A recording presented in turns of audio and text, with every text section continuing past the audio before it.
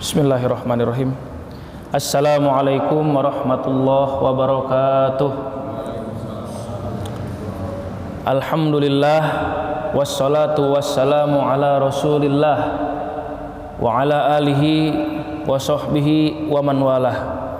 Rabbi shrah li sadri wa yassir li amri wahlul 'uqdatam min lisani yafqahu qawli amma ba'du.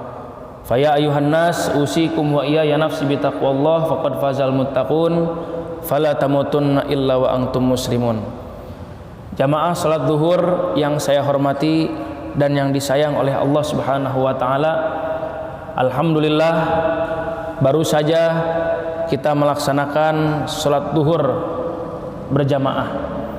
Mudah-mudahan salat kita, zikir kita, doa kita dan seluruh amalan ibadah yang selama ini kita lakukan diterima oleh Allah Subhanahu wa taala dan mendapatkan ganjaran yang berlipat ganda. Amin amin ya rabbal alamin. Salawat dan salam semoga dilimpahkan untuk nabi kita tercinta Sayyidina Muhammad sallallahu alaihi wasallam yang sudah berjasa membawa kita dari zaman kegelapan ke zaman yang terang benderang seperti saat ini. Jamaah salat zuhur yang saya hormati dan yang disayang oleh Allah Subhanahu wa taala, pertemuan yang lalu kita telah membahas sebaik-baik manusia atau manusia terbaik di sisi Allah Subhanahu wa taala. Kita sudah bahas tiga golongan manusia terbaik di sisi Allah. Yang pertama, yang paling baik akhlaknya, yang tidak suka berbuat zalim, justru malah memberikan kontribusi, memberikan manfaat kepada orang lain untuk agama, bangsa dan negara. Kemudian yang kedua, jika memiliki hutang kepada orang lain maka tidak sulit melunasinya, selalu bayar tepat waktu, tidak PHP dan juga tidak menghindar ketika si penagih datang. Yang ketiga yaitu ta'allumul Quran wa ta'limuh, mempelajari Al-Quran dan mengajarkannya kepada siapapun sesuai dengan ilmu yang dimilikinya, sesuai dengan kemampuannya. Kalau mampu banyak maka berikanlah ilmu yang banyak kepada orang lain, tapi kalau yang dipahami cuma sedikit maka berilah ilmu yang sedikit ini kepada orang lain. Karena pada hakikatnya berbagi ilmu itu tidak mengurangi ilmu, justru malah menambah ilmu. Beda dengan berbagi harta. Secara zahir kita berbagi harta, harta kita berkurang secara zahir, bukan secara pahala. Tapi kalau ilmu, kalau dibagikan justru malah semakin bertambah ilmu kita. Itu yang ketiga. Maka hari ini kita akan mempelajari sebaik-baik manusia yang keempat. Apa itu? Orang yang panjang umur, panjang usia dan baik perbuatannya. Sebagaimana sabda Rasulullah sallallahu alaihi wasallam yang diriwayatkan oleh Imam At-Tirmidzi. An Abdullah ibni Busr radhiyallahu anhu anna a'rabiyan qala ya Rasulullah man khairun nas qala man tala umruhu wa hasuna amaluhu. Dari Abdullah bin Busr radhiyallahu anhu, beliau berkata, suatu hari ada seorang Arab Badui berkata kepada Rasulullah sallallahu alaihi wasallam, wahai Rasulullah, siapakah sebaik-baik manusia? Siapakah manusia terbaik di sisi Allah? Maka Rasulullah menjawab, orang yang paling baik adalah yang panjang umurnya dan baik amalannya. Maksudnya usianya atau kesehariannya banyak dipakai untuk kebaikan, tidak banyak membuang-buang waktu, tidak menyia-nyiakan waktu luang yang dia miliki. Jadi kalau hidupnya dari hadis ini bisa kita simpulkan bahwasanya orang-orang yang pendek umur ataupun yang panjang umur, kalau hidupnya dipakai untuk kebaikan, dipakai untuk ibadah, baik itu ibadah yang wajib maupun ibadah yang sunnah, maka itulah yang disebut dengan manusia terbaik. Tidak banyak membuang-buang waktu, tidak menyia-nyiakan waktu luang yang dimiliki. Sejujurnya, ini mohon maaf kepada jamaah sekalian, sering saya sampaikan, sejujurnya kita ini banyak membuang-buang waktu.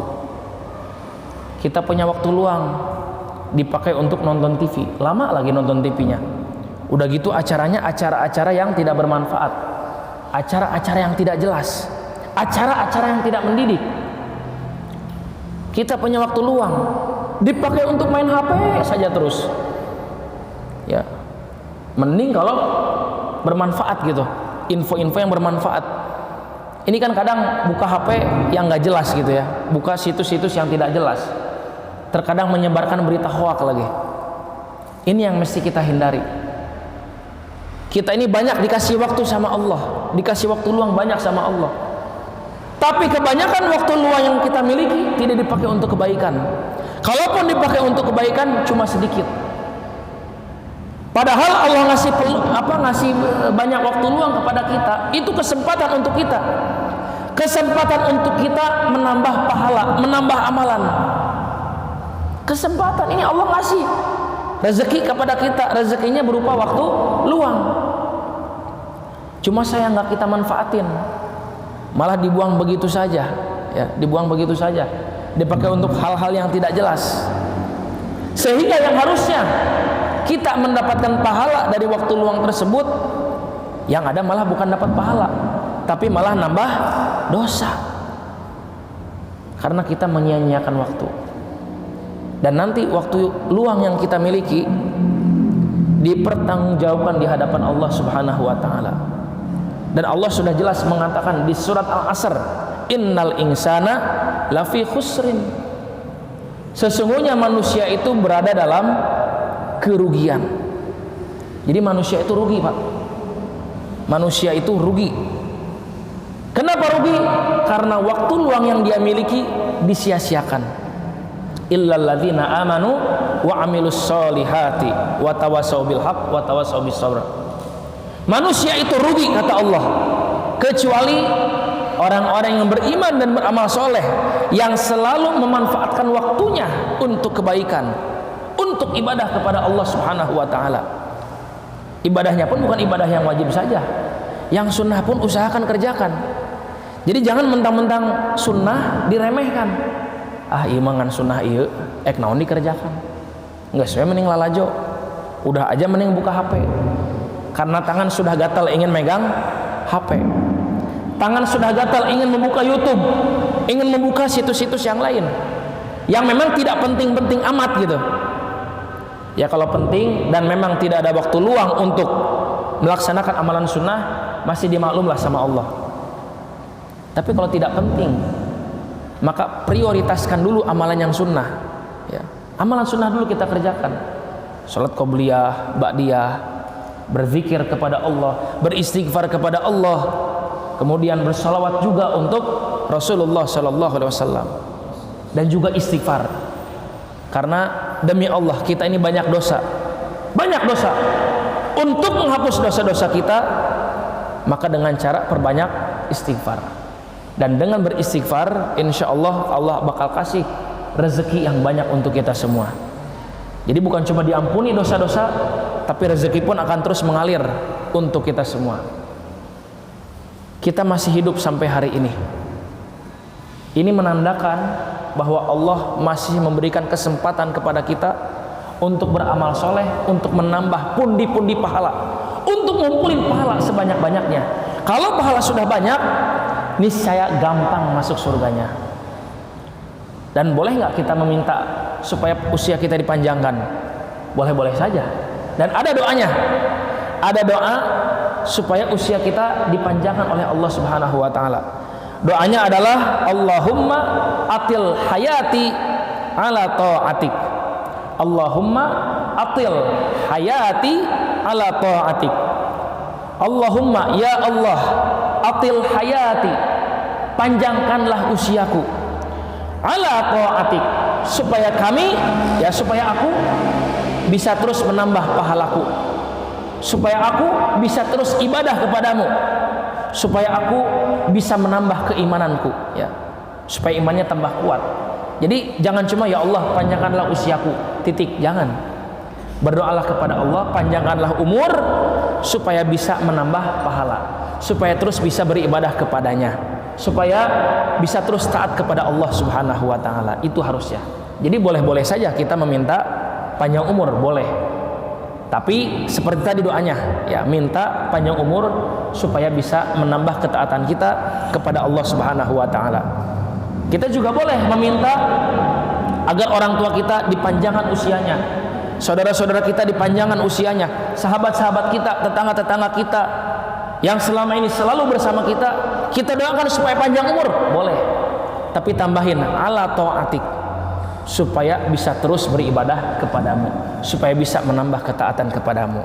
Ya, jadi sah-sah saja, boleh-boleh saja.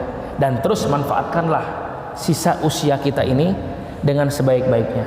Dari hari ke hari, ya, usia kita bertambah.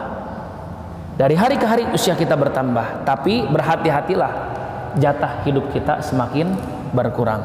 Maka oleh karena itu, manfaatkanlah waktu luang yang kita miliki supaya kita menjadi manusia terbaik di sisi Allah Subhanahu wa taala. Jadi itulah golongan manusia-manusia terbaik. Jadi pada intinya, manusia-manusia terbaik itu adalah selalu berbuat baik. Hablum minallah, ini sering saya sampaikan juga, hablum minan nas, hablum minal hayawan, dan hablum minal alamin. Perbaiki hubungan kita dengan Allah, perbaiki hubungan kita dengan sesama manusia, perbaiki juga hubungan kita dengan hewan, dan juga berbuat baik kepada alam supaya tidak terjadi banjir, ya. Ini banjir terjadi di mana-mana akibat pengerusakan alam di mana-mana juga. Karena hubungan manusia yang jelek dengan alam sehingga terjadilah musibah di mana-mana. Maka teruslah berbuat baik, berbuat baik, berbuat baik, niscaya kita menjadi manusia terbaik di sisi Allah Subhanahu wa taala. Mudah-mudahan kita semua mendapatkan segala-galanya, menjadi manusia yang sukses di dunia dan sukses di akhirat kelak. Amin, amin ya rabbal alamin. Hanya itu yang bisa disampaikan, kurang lebihnya mohon maaf. Mudah-mudahan bisa diamalkan dalam kehidupan kita sehari-hari. Amin ya rabbal alamin. Walafu minkum. Wassalamualaikum warahmatullahi wabarakatuh.